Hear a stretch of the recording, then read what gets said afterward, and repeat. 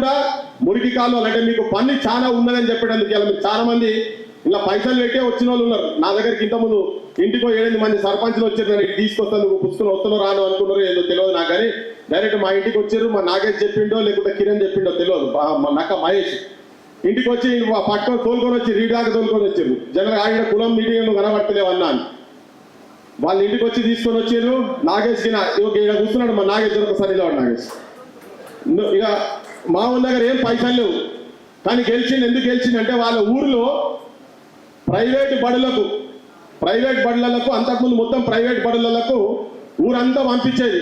కానీ ఈయన ఇంకొక ఆయన దోస్తులు ఆయనే బీరేష్ అని ఇద్దరు కలిసి ఉస్మానియా స్టూడెంట్స్ తెలంగాణ ఉద్యమం తిరిగిన వాళ్ళు పోయి వాళ్ళ ఊర్లో